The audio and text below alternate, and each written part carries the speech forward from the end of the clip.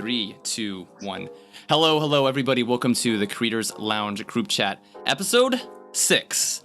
This is going to be kind of an interesting episode because prior to this, I've really only interviewed musicians. And so this time on the Creators Lounge Group Chat, we've got a bunch of content creators and people of various fields, but they're still artists. They still create, they still share. And so I wanted to sit down and get their insight on a really cool platform that's been very prominent recently. A lot of people talking about it, a lot of people using it. I use it a lot as well. And the app is, of course, Clubhouse, which is where I met both the guests today. I met them on Clubhouse, and we use the app a lot. And so I wanted to sit down and talk about Clubhouse because I think it's a really valuable platform for any kind of creative. Whether you're a fashion designer, an architect, an artist, someone making NFTs, music, coaching, it's just a really versatile platform. And so I wanted to sit down with these two right here because they could be considered gurus of using Clubhouse. They're very talented individuals. They have a lot of knowledge about the platform. So let's go ahead and start off with introductions. So we'll start off with Ethan, and then we'll move to Scarlett, and then Lena, you can go last and just, talk a little bit about, what's your name, where are you from, and what do you do? Ethan, let's have you go first. Okay, let's keep this brief. Hi guys, my name is Ethan Biller. Obviously, I'm Benji's younger brother, as most of you know. I'm a life coach, business developer, and team leader living out of Seoul, South Korea temporarily. I think that's basically everything about me. Very good. Jump over to you then. Scarlett, what is your name? Where are you from? What do you do? Yep, so my name is Scarlett and I am originally from near Manchester in the UK, and I am a online business English / social media coach. So I basically help people whose first language is not English, but they want to market their business or market themselves, create online content, social media content in English, but perhaps they're a little bit afraid to do it, they're not confident in their English skills, and I basically help them to do that and gain clients through English. Fantastic, I love it, and you're doing quite well at it as well. We'll jump down to the last one. Lena, what is your name, where are you from, and what do you do for Lena? My name is Lena. I'm from Seoul, South Korea. I'm an attorney at law for almost 10 years, and I've been dealing with general civil criminal cases in Seoul. And recently, I'm a healer on Clubhouse. I'm talking about self-love and healing messages. I love helping other people solve their legal issues, at the same time resolve their conflicts related to the pain and sufferings in unconsciousness. So yeah, I do that. I love it. All right, it's a really cool group of people we have here today, and it's, even though me and Ethan have done interviews together, it's the first time being in the same room, even though we're brothers, so it's cool to be sitting down with everyone here right now. I think, to be honest, a lot of people are not familiar with what Clubhouse is, even. So, EJ, if you could give a quick breakdown, how could you explain Clubhouse to someone who's never used the platform before? Clubhouse is a new form of social media that focuses on voice, and the primary content that you're sharing is communication. So what happens is you download the app, you go inside, you're going to see all of these rooms. And what a room is it's a collection of people that have come together and they have opened their mics to discuss a certain topic, or even just to do like random chit chat with each other. And you can have clubs, in which case you would join a club, and in this club we frequently talk about the same kind of topics, like an English learning club or a healing club, or a business club, something like that.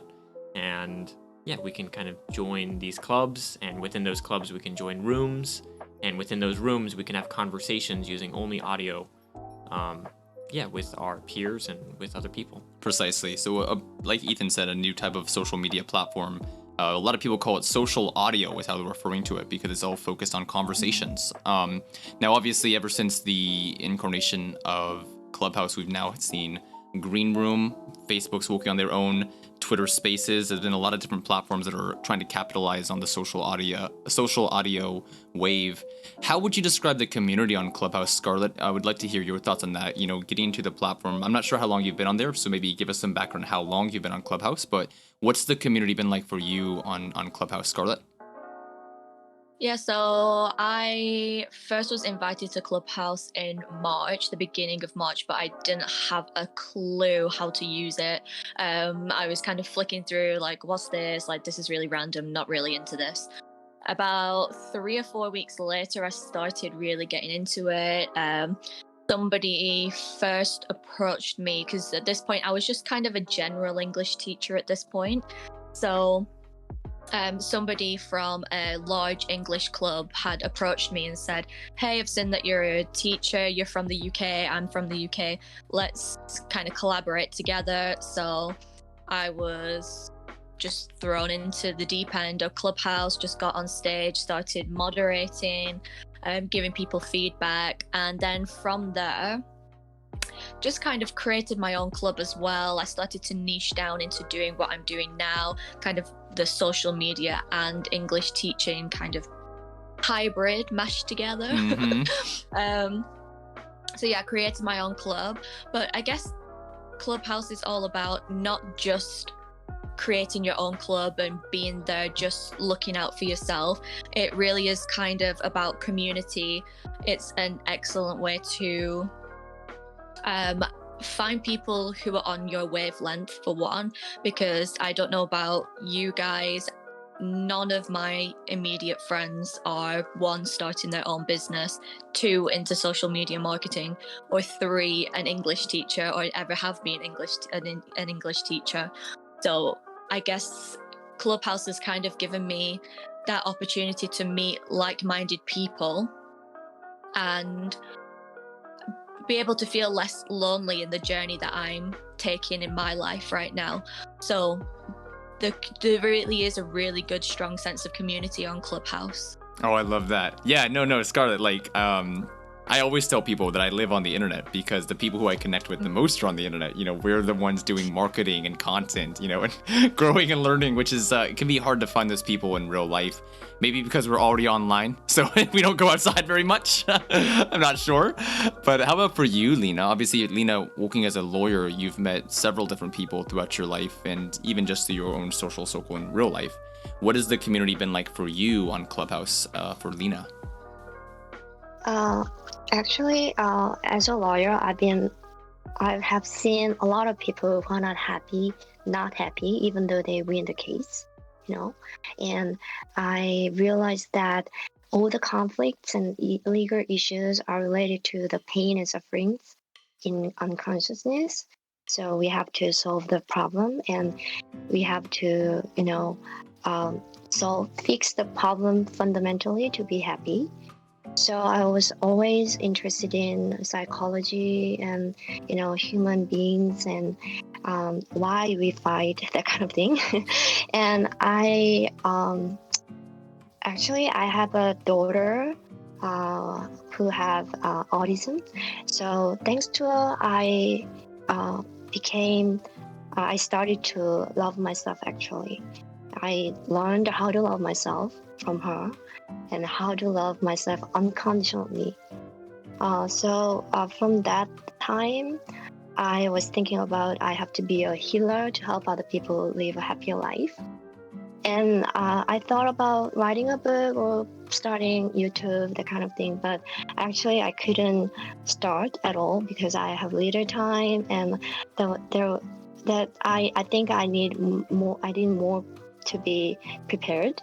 But by the Clubhouse, I came to start easily. I met some people who are willing to hear my story, and they wanted to share my story and my vision. So I was so happy to meet that kind of people on Clubhouse. So actually, Clubhouse means a lot to me. Yeah. Oh, that's awesome, Lena. I love your journey that you've been through. It's always so empowering just to hear about it, right? And it's cool for you, Lena, because you know, that same situation could have happened to someone and they could have became more unhappy and more angry at the world, right? With less self-love. But for you, you've always used it to improve and get better. And now you're blessing other people with your opinions and your beliefs and your experience. So I love that. Something that you mentioned a second ago, Scarlett, was about how you had downloaded the app, but it wasn't until 3 or 4 weeks later that you really started using it. And I think that's true for a lot of social media. A common one is Twitter. A lot of people's experience on Twitter is they get Twitter, they use it for a day, they don't use it for like 3 years, and they get back on Twitter later. I know that's been true for me. I've had a lot of other people, maybe for you as well. And I want to kind of contrast the differences between Clubhouse with other social media apps, such as YouTube, Twitter, TikTok, whatever, you know, social media apps you guys use in, before Clubhouse or even right now. Would you compare and contrast Clubhouse with other social media apps? Ethan, if you want to go first, you've kind of dipped your toes in the waters of social media content. Obviously, I've had you on my YouTube page many times. We've done Instagram live streams.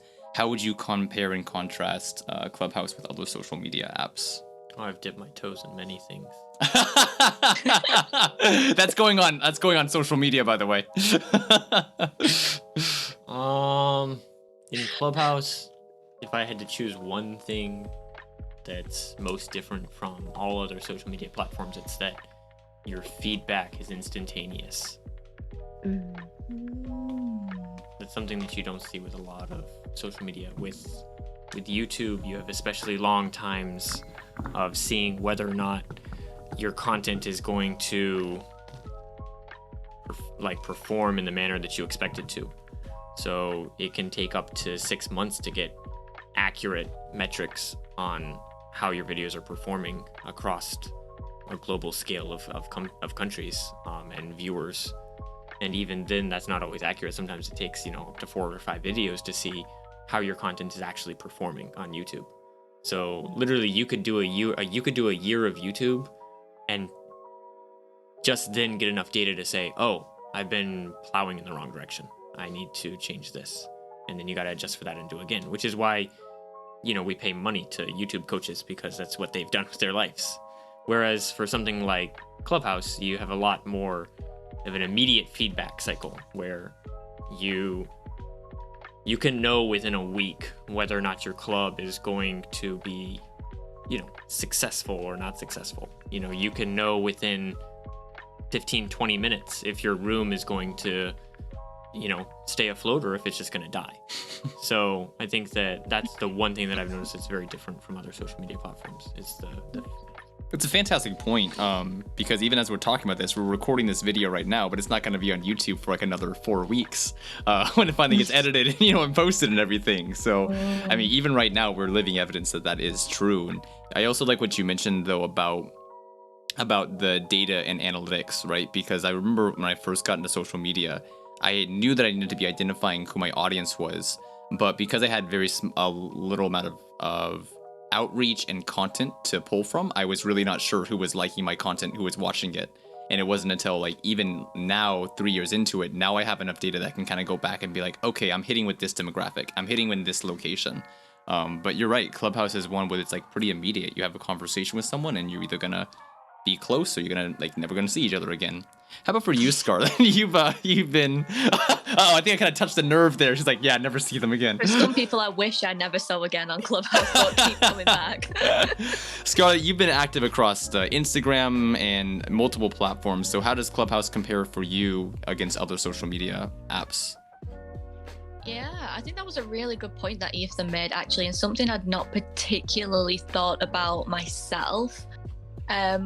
I was just gonna go for the really obvious lazy option, just the fact that you can literally roll out of bed. You don't have to have done your hair, you don't have to have done your makeup, and you can sit and chat to all these people from across the world, deliver so much value to people. You can really help people.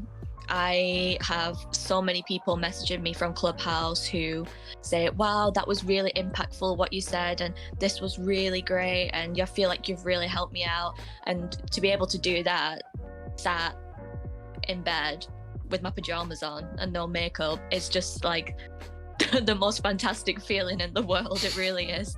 For lazy girl's point of view, definitely the best thing about Clubhouse. Oh, it's so true. It's such a versatile platform because it's audio only, right? Because you can do it anywhere. If you're out in the go, if you're on the metro, if you're at home laying in bed, like, you know, whatever your condition or location is, you can jump on and get value. So I agree with that, Scarlett.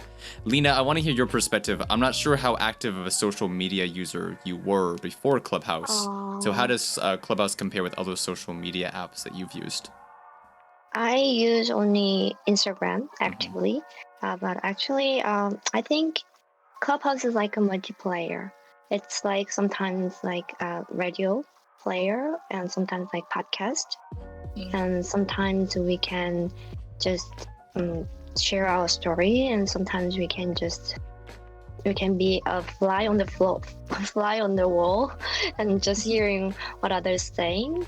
And yeah, it's very various attractions, I think. So I like Clubhouse. It's very comfortable and attractive in various way. Yeah. Love it. Very good. So the kind of thing, the subject I want to move to next is more about the reason that we're using Clubhouse, our intentions on the platform, you know, how do we use the platform for our projects. So I want to go with you first of all, Lena. I'm curious for you, how did Clubhouse play into your ambition to be a healer? Was it that you got into Clubhouse and then decided to become a healer? Or had you decided to become a healer and Clubhouse was like the natural fit for you? You know, with Clubhouse, what was your intention for getting into the platform and starting to use it? When I first came into Clubhouse, I thought that'd be a great platform for me to speak out and share my story. And I joined the Clubhouse in February, and at first way I just listened, and I found some rooms. I see some more people who are interested in me because they wanted to hear about, you know, attorney at law is very rare, unique job on Clubhouse, so they wanted to hear from me. So I jumped onto the stage and share my story. And while I'm talking, I just said that I want to be a healer. I want to share my story like this. They were really moved, touched by my story. So I thought, oh, this is it. Yeah, I thought my story works on the Clubhouse. So I got that kind of feeling at that time. So yeah, I started to make my own club and start to make open various rooms. Yeah. That's amazing. That was a start. Perfect marriage of moment and opportunity. Just took it. Yes. Beautiful. How about for you then, Scarlett? You mentioned previously that you kind of got invited to one of the bigger clubs and just kind of started to do it. So how long was it before you decided, or rather, what was your process for realizing that you need to be doing your own thing rather than just being a supporting player?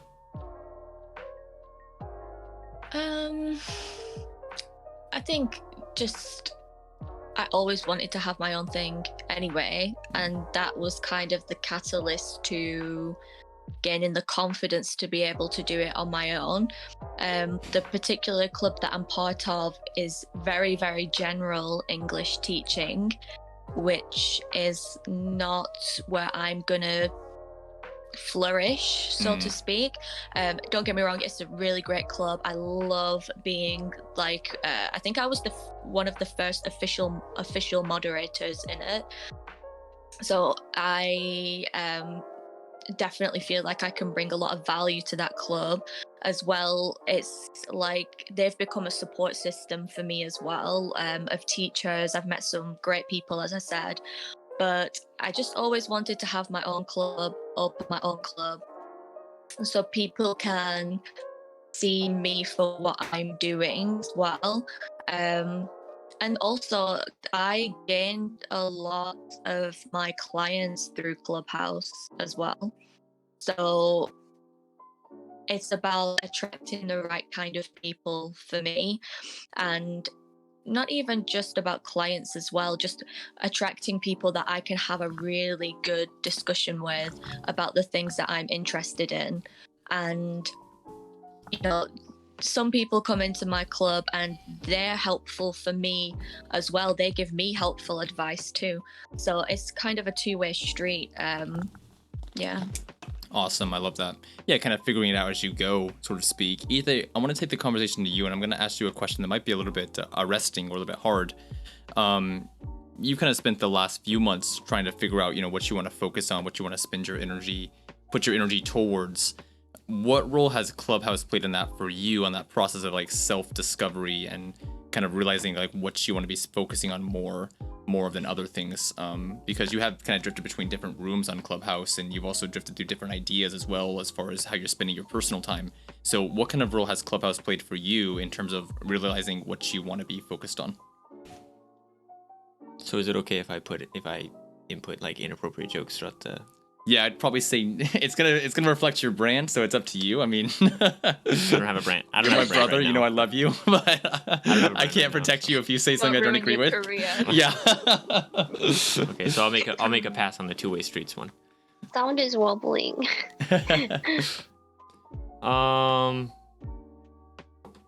I feel like you need to ask me this question again in another 6 months, because I definitely don't have the answer for you right now.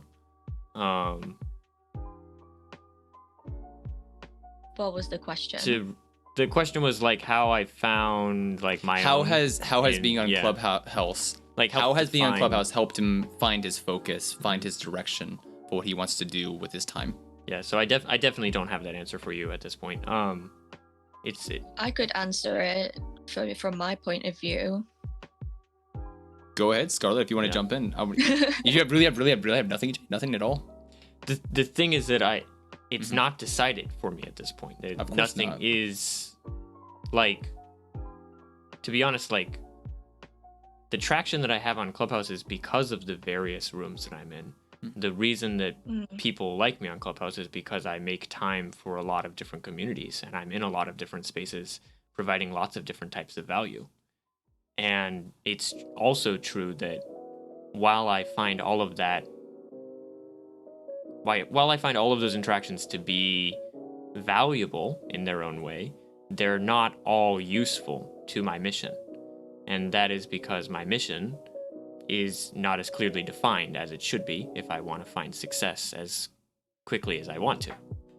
But that's also related to where I am physically in my life right now, and a myriad of other socioeconomic factors, my house, my job, my economic status, where I'm living in the world. So no, I don't feel like I have a focus right now, both in Instagram or in my professional life, or especially on Clubhouse.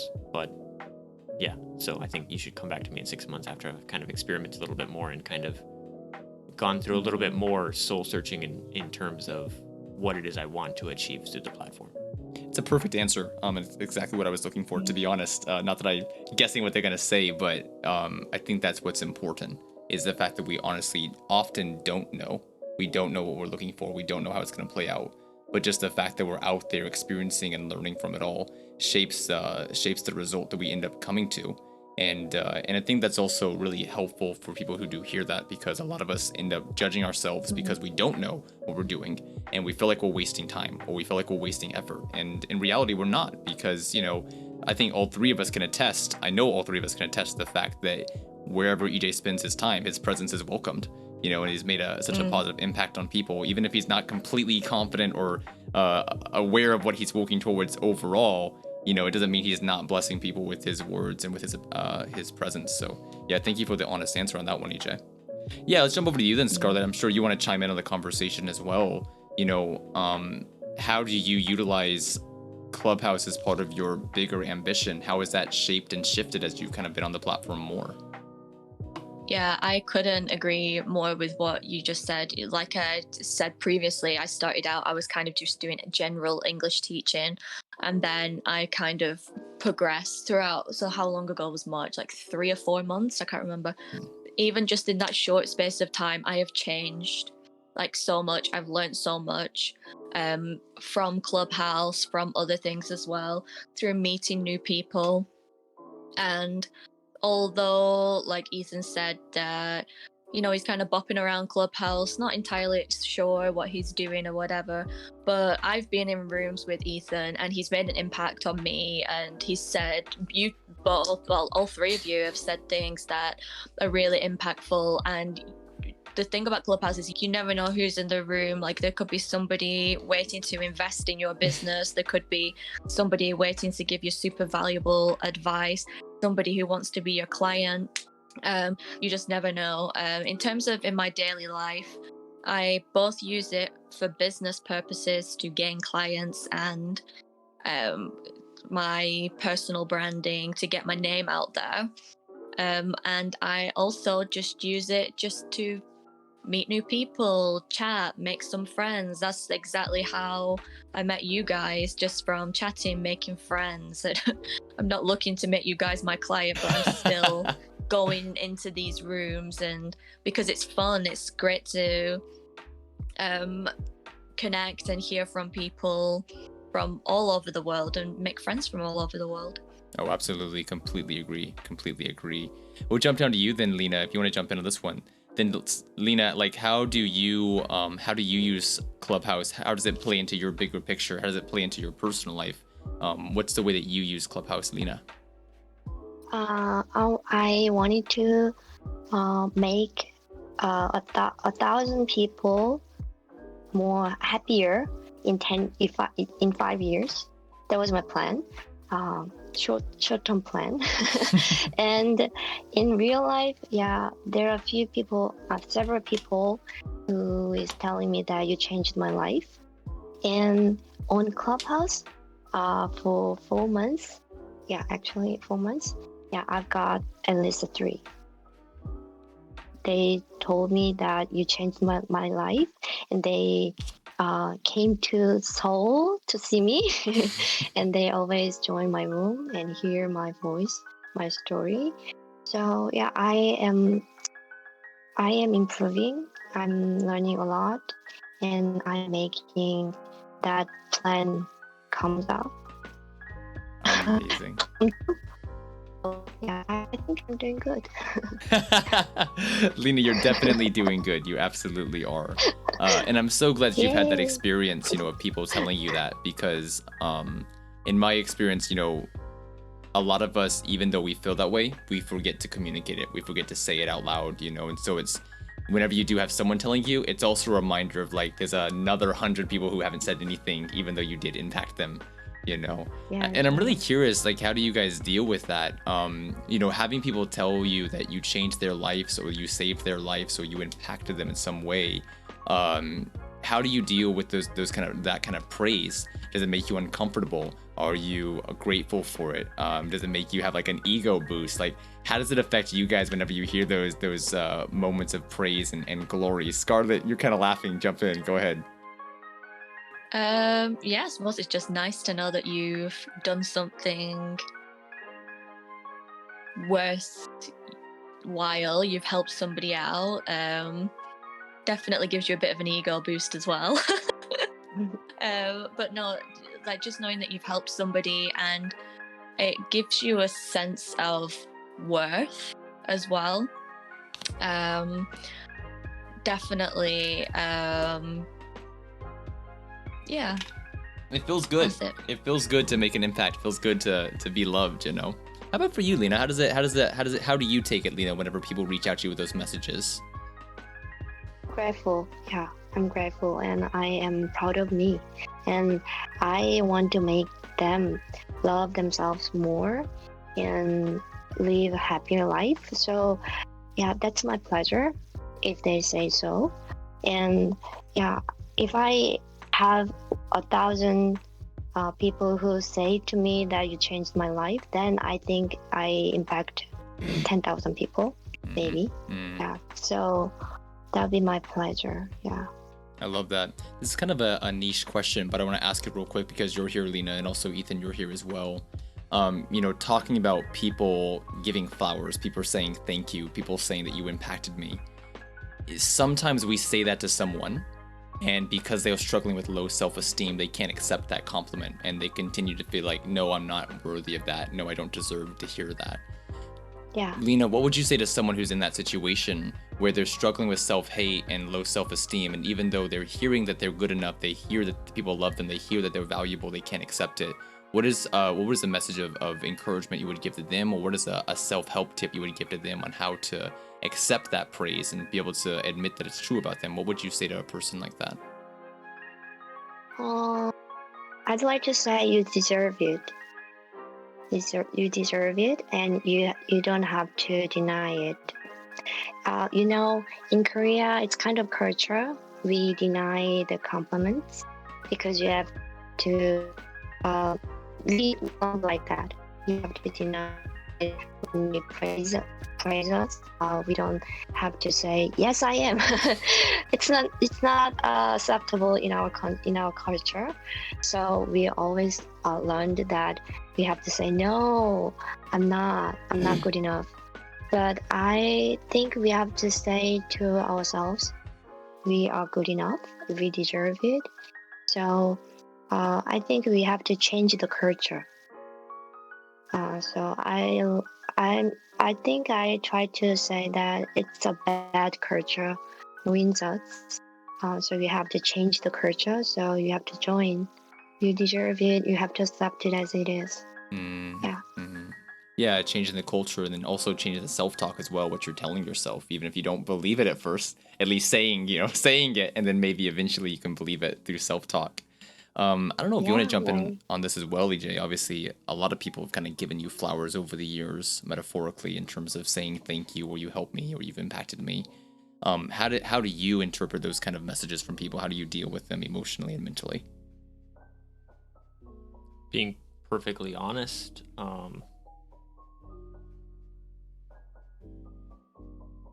it doesn't mean that much to me because I don't consider anything that I say or anything that I do to be innately my own. As humans, we're just looking at information that's already existed in the world, and we're just repeating it. Humans in and of themselves, we're just an input-output machine. So when someone comes to me and they're like, "Oh, you've impacted me so much," or "Oh, thank you so much for today, that was just amazing," I don't know. To me, it doesn't really. I don't really think about it at all. It's just like, oh yeah, of course I impacted you. That was what you needed to hear. But it didn't necessarily have to be me telling you that. I mean, you could have gone to Benji's Instagram. You could have gone to, any other person's Instagram who has that same content, or you could have done a simple Google search about this and found the same thing yourself. The fact that I'm here in this room with you and telling you this right now is nothing to do with me saying, here's this one person that I want to impact, so I'm going to impact this one person. Therefore, when this one person says, you've impacted me, I'm like, oh, yes, I've done it. I impacted the one person I wanted to. That's not how life works.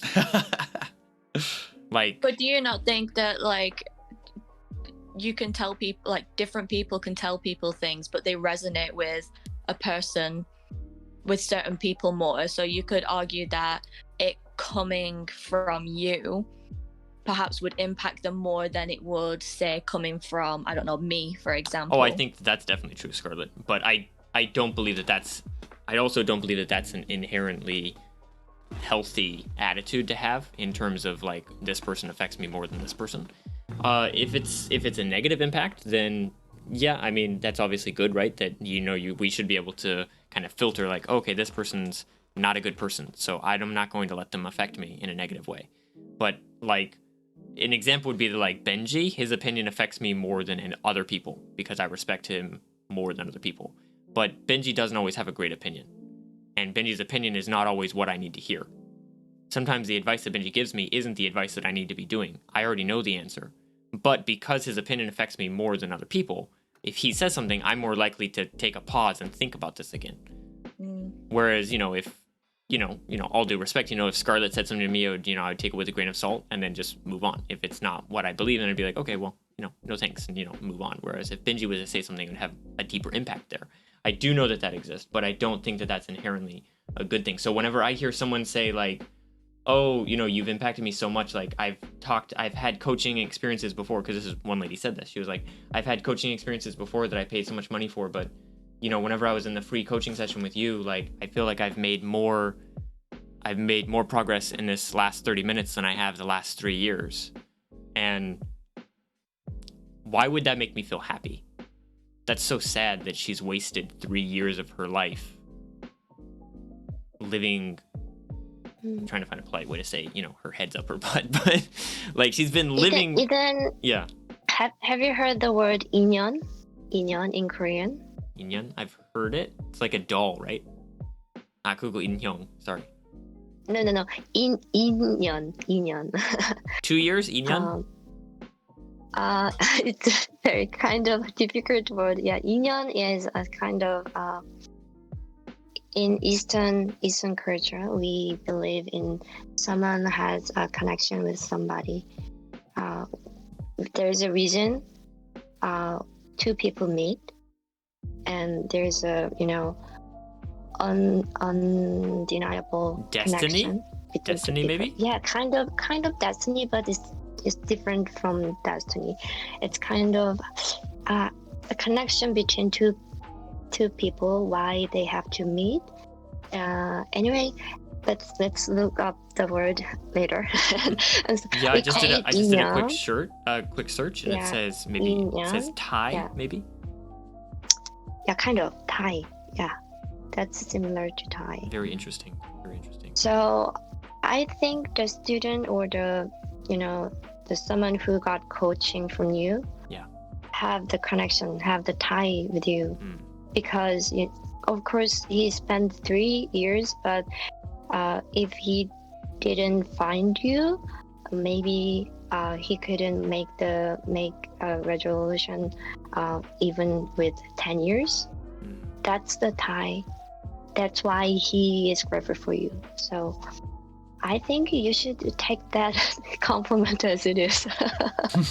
Yeah, that's the tie. That's a tie we can deny it.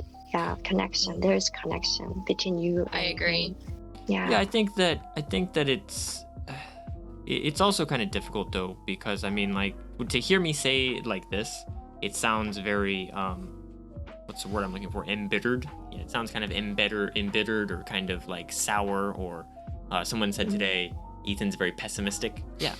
And that's true. I am very pessimistic, because the thing is that for every one person who's telling you that you've impacted them, in my experience, you have anywhere from 100 to 200 people who are not impacted by you at all, and you've spent time with them and they don't care about what you have to say. So the thing is that if I allow the things that people to tell me that they enjoy my content, or they were impacted by what I said, if I allow that to take root in my brain, then it's going to make me care more about what other people have to say about me.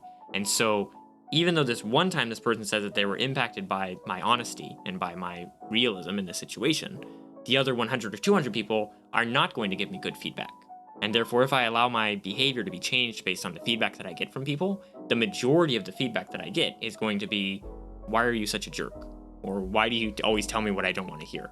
Or why are you telling me to work harder whenever I'm already tired? Or why are you telling me to deal with this problem whenever I've already told you that this problem makes me uncomfortable? The majority of the feedback that I get is not good feedback. And I don't believe that that's because I'm a bad coach or I'm a bad person. I believe it's because they're not at a place that they're ready to accept that yet. So when I do finally meet a person, or when a person that I'm working with finally does come to a place when they're saying, thank you so much for your time, you've really impacted me, I don't see that as a win for myself. I see that as a win for them, because nothing has changed about the way that I've talked to them from the very moment I've met them. For me, it's just the same routine. Just honesty, realism. I look at the situation, I tell them what's wrong, and they either accept that or they don't accept it. So that win is a win for them. It's something that they've been growing and they've been changing. I don't grow and change based on what they tell me. I grow and change based on my experiences, but not based on what they tell me in terms of feedback. Does that make sense? I don't know. It's yeah. For me, I impacted by them too. So You get impacted by them as well? Yeah. That's I don't know where we're supposed to take the conversation, but that's interesting. No, not at all. I Yeah. think it makes some common sense, because I would agree with you as well, Lena. in my experience, there are certain factors of humanity that don't change. You know, we all want to feel happy. Very few of us or none of us want to feel pain. You know, we want to be fulfilled with life. So there's certain unchanging values, but human behavior does alternate in small ways across generations and across individuals. And so having conversations with people, seeing people succeed and grow and change and alter, that's all data for me. So if I see an unlock for someone, I'm like, okay, so that works for you. That might work for another person. I'm going to keep that in my mind, you know, or this impacted you in this way. Okay, cool. I'm going to keep that in mind. It might help another person as well. I definitely take feedback from the wins I get because I'm seeing what's working versus what's not working as effectively. So yeah, I agree more with you, Lena. For me, I am changing with them because I'm learning more about who I am, how I communicate myself, what's reaching the other person, what's affecting the other person, how it's affecting them. Yeah, it's all data. It's all human emotion, human connection, but it's also data, information, it's learning. I agree more with you, Lena. Yeah. So could I ask a follow-up question here? Yes, absolutely. So if you're changing your approach based on the people that you work with, it's almost as though you're trying to change yourself or change your approach to reach as many people as possible. Is that accurate? Nope, because I don't change the approach, I just get more information. So it's not about changing how I approach them, rather it's understanding what's going on here. It's understanding how life has changed. If I talk to someone who's a baby boomer the same way I talk to someone who's Generation X, like it's not going to be effective because their brains don't work the same way. So it's more about data, not about approach. I can approach them with honesty, kindness, compassion, empathy, understanding, but the words I use might change. The understanding of their situation and the context changes. So I mean about data. The way you deliver it. Precisely, yeah. So more not about approach so much as the data and the information and understanding gets deeper. Yeah. But I think to go to the bigger point, I think that what Ethan was talking about was more about not letting things get out of balance. So if you're depending on someone's praise, that can affect you because you have that pressure to perform. And if you're affected by the criticism, that also makes you scared to perform because you don't want to. So it is very important to keep them in balance in terms of like, here's who I am, here's who I value myself. I'm not concerned about the negativity or the positivity. I appreciate it, I'm thankful for it, I'm growing from it, but it's not gonna affect how I see myself. And I think that we all agree on that overall. I mean, that's just life, isn't it? Right, for sure. And actually,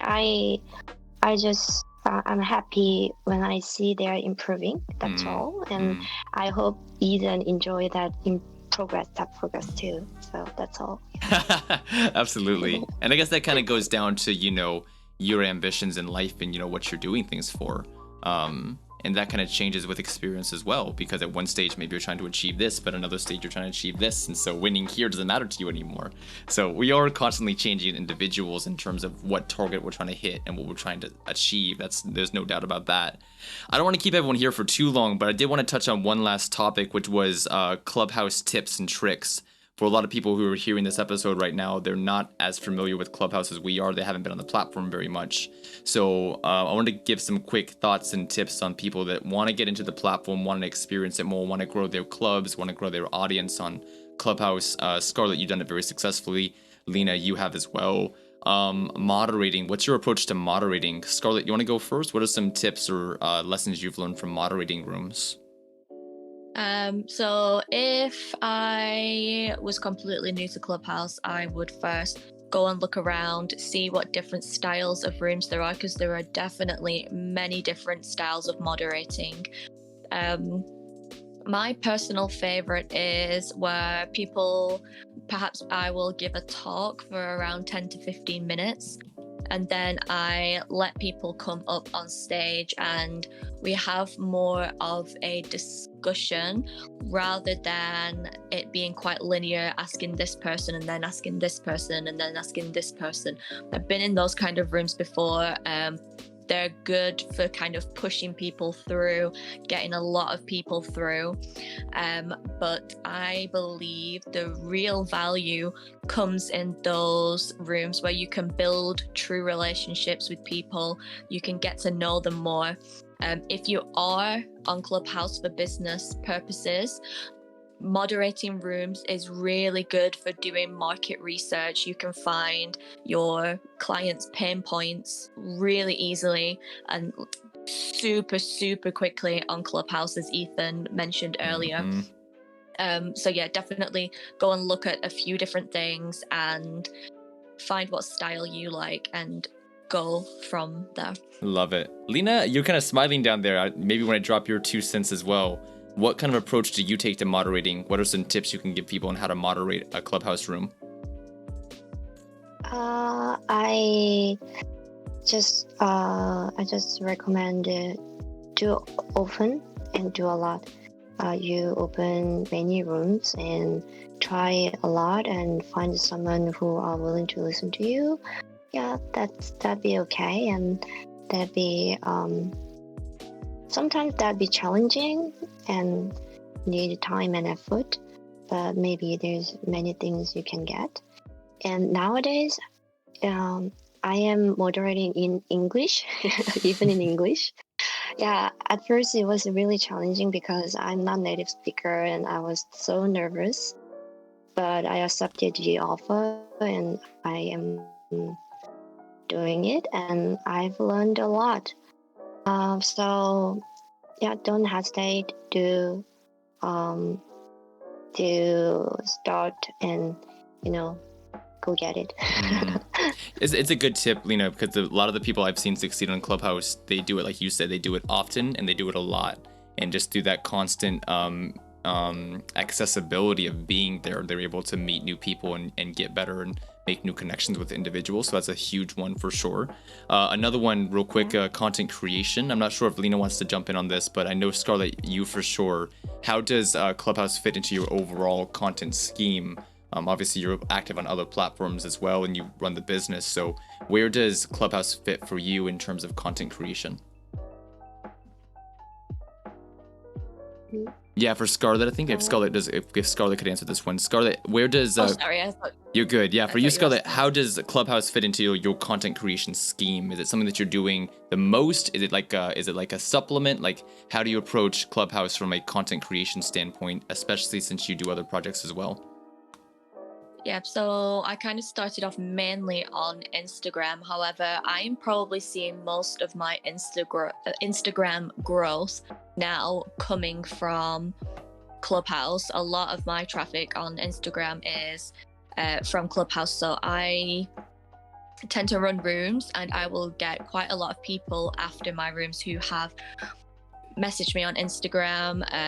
I suppose my Instagram now is almost a kind of platform to aid my Clubhouse, and it's there so people can see the content that I'm creating on there, so they're able to see a bit more information that they can refer back to. It's also a place where they can message me easily and connect with me on a deeper level outside of Clubhouse, when I'm not giving a talk or when I'm not running a room, and just a place where they can kind of get everybody together. I am going to do it. I will be starting a Facebook group where I can tell people to kind of go to the Facebook group. There's going to be a lot of value. It's going to be more of a community kind of vibe. It's going to be very specific type of person, again, that's going in there, because I do get people following me from Clubhouse who, I don't want this to sound bad, but are very much wasting my time trying to get more free things from me when I'm already giving Clubhouse for free. I'm already creating a lot of content on my Instagram for free, and if I was giving free English classes to everybody that asked, I would have no time to do anything because that many people asked me. Right. It's just not possible. So yeah, I'm hoping to create a Facebook group. I just can't think of a good name yet, so if anybody has any suggestions, come at me. That's always the hard part. How about for you, Lena? Obviously, you've become a lot more active on Instagram. I'm assuming that's as a result of your Clubhouse success. I could be wrong. Are there any other platforms you want to jump into? Where does Clubhouse sit for you, Lena, in terms of social media? For you, Lena? For now, I'm just thinking, Do you know Yeah, Kakao? Kakao's version of Clubhouse, Yeah. basically. Yep. Yeah, yeah, because there are many Korean friends I have, so I'm thinking about application and not other social media, not yet, Yep. and I'm just focusing on Clubhouse and and for now, yeah, I am giving it any content freely, and yeah, I don't have any plan about make money for now. I think I have to think about it, but later. Sure, find some more clarity on Yeah. it. Kind of same place you did that Yeah. as well. AJ, did you want to drop any thoughts on this one as far as like spending time on Clubhouse and where it fits for you in terms of content creation or just lifestyle? Or I think that thanks to Corona, a lot of the ways that I like to reach out to people had been severely limited. And now I can see that it was always smarter to move online. I think like that's true. Now I think we've seen now more than ever. But I think that for right now, Clubhouse offers me a nice way to communicate with people in real time and have conversations with them. I would like to be doing that in real life, I think, but since that doesn't seem to be likely for the foreseeable future, I think the Clubhouse yet seems to be working well right now. awesome. And then on that same note, then building audience on Clubhouse, any tips or tricks on audience? Lastly, building a positive audience, building a good audience. How do you guys approach that? Maybe some tips or hacks on that. And you guys can be super specific if you want to, or just more general. Either way is fine. Scarlett, do you want to go first on this one? Yes, so definitely don't rule out the smaller rooms. I think a lot of people get caught up with vanity metrics and they want 500 people in the room. Okay, there might be 500 people in the room, but nobody wants to engage with you or build a relationship with you. And it's actually a lot harder to build those relationships in the larger rooms. Definitely the smaller rooms. I ran a room last night and it was one of the lowest in numbers that I had actually had in a while. I ran it at a slightly different time to that I usually run them, so I guess not many of my followers were probably awake then. However, some really amazing people came into the room. We, one, had fun, and two, met some great people to collaborate with as well, who messaged me on Instagram and were like, cool, let's set up a collaboration. I feel like Lena does a really good job in terms of building an audience, building an engaged audience, because every time I go in Lena's room, there's always the same people who come back for more, as well as other people coming in as well. But there's always like 20 people that will if Lena's room is running, you can guarantee those 20 people will be in there. Lena, what's the secret? Lena, drop the secrets. How do you build an engaged audience? How do you build a good audience on Clubhouse? I open my room at 5 a.m. in Korean time. It's very early. It's very, very early. But they wake up, go into the Clubhouse room, and they spend 3 hours together in the morning. Right. I think they are eager to make growth in their life. They are eager to learn and eager to improve their life. I think that kind of spirit, that kind of positive energy, works in our room. So I like that vibe and I like that people. And we gather together reading books and learning English, and we share the gratitude diary, and we do affirmations, and like that we spend 3 hours every day together, and that makes positive energy and keep us live the day lively. I like that kind of thing. Yeah, as Sky told me, as for me, it's very surprising too. Yeah, I I think can't believe, well, I mean, you're yeah. so consistent, Lena. You're so consistent, and you're always providing value. And so, providing consistent value always brings people back because it's a good experience consistently, right? And so, yeah, I respect you a lot for doing that as well. You always focus on the value and the connection, the humanity behind it all. EJ, how about? I don't know if you want to drop your 2 cents as well on this one. What have you learned about building audience on Clubhouse? Hang around with the right people. So like make friends and make friends that are good people and that have clout, because it's the quickest way to just kind of seat yourself in a position that you can get runoff fans from their rooms and from their audience, but at the same time building organic interest in your brand, and those kind of people will naturally come over to your audience as well. Because I think it can be hard whenever you're new in a social media and you just get stuck with whoever just wants to take you in, like whatever community just wants to kind of bring you in, and that's not always the happiest solution, because you don't always agree with everything that community has to say, or you don't always agree with what that person wants to do or the way that they want to take their content. So I don't really think that this matters on Instagram or on TikTok or on something like Facebook. Yeah, maybe more so on Facebook. But on Clubhouse, I think that it does matter, because it's more like moving into a friend group. It's more like moving into a social circle. So if you wouldn't hang out with this person in real life, probably shouldn't hang out with them on Clubhouse either, because their crew and their audience is going to seep together with your audience, whether or not you like it. So it just makes more sense to choose people who have the same ideologies as you, or have the same kind of message or similar messages as you, because that way you're gonna vibe with a lot more of the people that they hang out with, and those people are gonna vibe a lot more with you, and it'll just make the whole experience a lot easier, I think. Awesome. I love it. Yeah, this has been an incredible conversation. I really appreciate, Scarlett, you making time for it, Ethan as well, Lena additionally.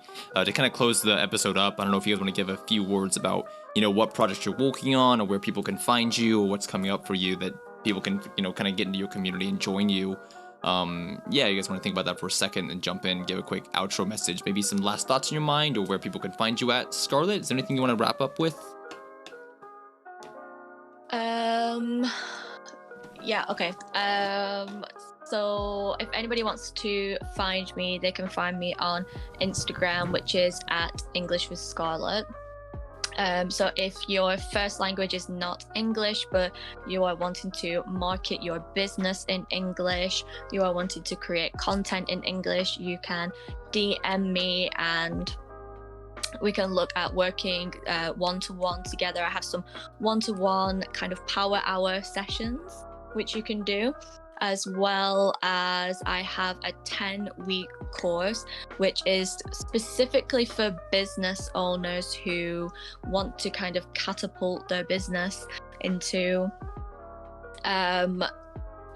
using content in English to catapult their business and be able to gain more clients, gain more confidence, and write in English with ease. That's the word I was looking for. Love it. Yeah, I highly recommend everyone checking out Scarlett's page. Please do. And let's jump down to you, Lena. Any closing thoughts in your mind, Lena? And also, where can people find you at? I realized that there are many people who need comfort and consolation on Clubhouse. They need warm words, and they need warm praise, and they need a warm hug. And yeah, that's why many people follows my club and follows me. So I want to keep my work, keep talking about self-love, keep talking about healing messages, comfort each other, and I want to make good vibes all the time in my room. So if there's anyone who are willing to comfort, just join the Clubhouse and follow me. Fantastic. Again, highly recommended to check out HEALena as well. And Ethan, did you want to say anything in closing, or maybe where people can find you at? Yeah, if you guys want to see a hodgepodge of coaching posts and poems and random other things, you can head over to my Instagram at Ethan Sem. So it's ETHA and SSAEN. Yeah. And be careful on Clubhouse and have fun. All right, awesome. To the viewers watching, I really appreciate everyone who's watching the episode right now. This is an incredible conversation. It was so cool to kind of pick their brains, and there's so much deeper we could have got. So if time permits, we'll definitely do a follow-up episode, or maybe even a one-on-one episode eventually. But yeah, Clubhouse, new platform. We have no idea how long it's going to be around for, but social audio does seem to be a rising trend. So for anyone who's not on Clubhouse, Green Room, or Oong yet, yeah, you should check it out. If you have the time, if you're trying to make a project or just share your story or hear other people's stories, highly recommended apps to check out: Clubhouse, Green Room, Oong, whatever works for you. Social audio is here, and it's worth giving your time to both grow yourself, meet new people, build a project or whatsoever you're trying to do with your time. So again, everyone, thank you so much for watching. We will see you on the next episode. Take care and good night. All right, guys, that's a wrap. Oh, that was so fun. Wow, you so floaty. I have to learn from